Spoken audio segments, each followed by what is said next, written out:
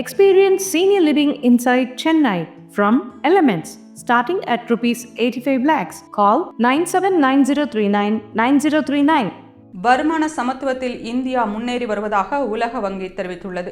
உலகின் 4வது பெரிய பொருளாதார நாடாக இருக்கும் இந்தியா தற்போது மற்றொரு மைல்கல்லையும் எட்டியுள்ளது. வருமானத்தில் சமத்துவம் என்ற அடிப்படையில் மற்ற நாடுகளை விட இந்தியா தொடர்ந்து முன்னேறி வருவதாக உலக வங்கி தெரிவித்துள்ளது. கினி என்ற குறியீடு வருமானத்தில் சமத்துவத்தை குறிக்கிறது. 0 இருந்து 100 வரை மதிப்பிடப்படும் கினியானது 100 என்ற நிலையில் இருந்தால் அது சமத்துவம் இல்லாததை குறிக்கும்.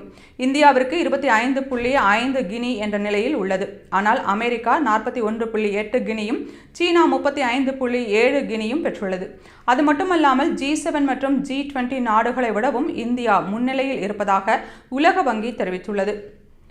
ஸ்லோவாக் குடியரசு கினி 24.1 கினியும், ஸ்லோவேனியா 24.3 கினியும், பெலாரஸ் 24.4 கினியும் பெற்று முதல் 3 இடங்களில் உள்ளன.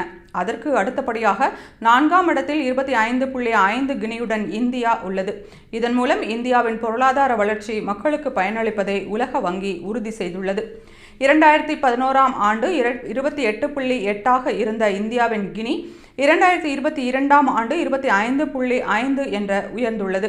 இது கடந்த 10 ஆண்டுகளில் வருமான இடைவெளியை குறைப்பதாக காட்டுகிறது.